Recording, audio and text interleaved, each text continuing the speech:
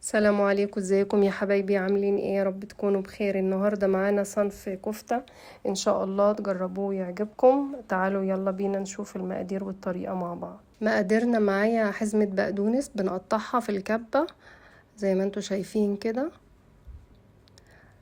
وبعد كده بنقطع الفلفل، يعني واحدة فلفل حامي او بارد زي ما تحبي، طماطمايه صغيرة، بصلايه متوسطة. الخضار يعني لاحظي ان هو يكون ايه على قد بس الكفتة، ما بتحتاجش خضار كتير. تمام. بعد كده بنضرب المكونات دي مع الملح في الكبة.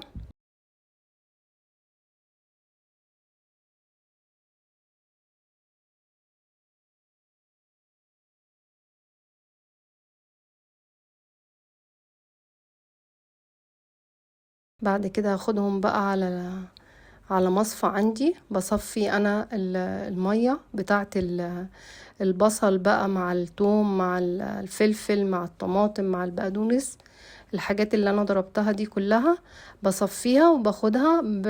بعد كده بقى بصبع بيها الكفتة، بزودها على الكفتة في التسوية. هنا معايا اللحمة اهي،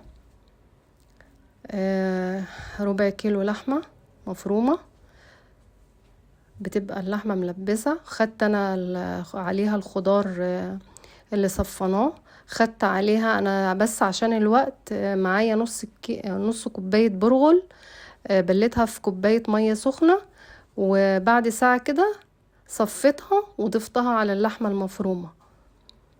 بعد كده معايا بهارات كفتة وملح، ضفتها على الخليط ده كله.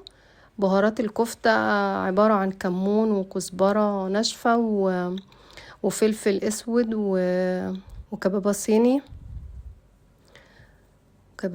وقرفة وجنزبيل. بقلب كل الخليط ده. اهم حاجة التقليب، علشان ايه؟ عشان يعمل لي عرق في الكفتة لما اجي اصبعها ما تفكش مني. بعد كده بحطهم بقى في التلاجة ساعتين يعني على الاقل.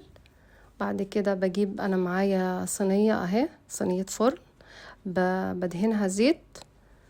وانا عندي الخضار بقى، يعني ممكن ايه، بتنجان بقى حسب الرغبة، بطاطس زي ما انت عايزة. انا هنا عاملة بتنجان مع فلفل، حطيته في الصينية، ودهنت من الصينية زيت علشان يستوي يعني، ساعد في السوا. وبصبع الكفتة وبحطها عليه. في ملحوظة برضو، عشان لو انت مثلا عملت الكفتة وجات السوائل بتاعتها، يعني جاتي تصبعيها لقيتيها ايه طرية، هنعمل ايه؟ هنجيب معلقة برغل ناشف مش مبلول، وهطحنها في الكبة طحن يعني تبقى زي الدقيق كده، واضيفها على الايه، على الخليط بتاعي، فهتشرب السوائل وهتمسك معايا وتبقى احسن. تمام. انما انا هنا زي ما انتوا شايفين يعني الحمد لله الكفتة طالعة مظبوطة اهيت.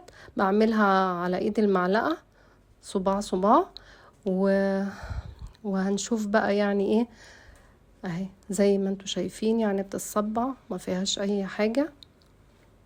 دي كفتة برغل يا جماعة، كفتة اقتصادية، نص ربع لحمة مفرومة مع كوباية برغل. وهنا انا حطيت اهو المية البصل اللي اتبقت، حطيتها على الصينية عشان ايه؟ علشان تستوي فيها، وهدخلها بقى ايه الفرن.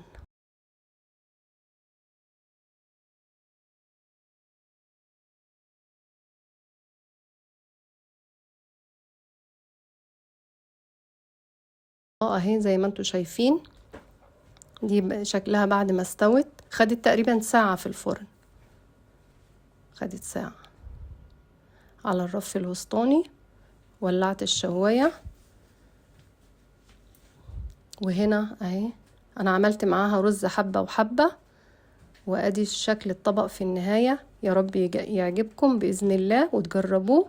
لايك واشتراك للقناة، واشوفكم بخير. الى اللقاء.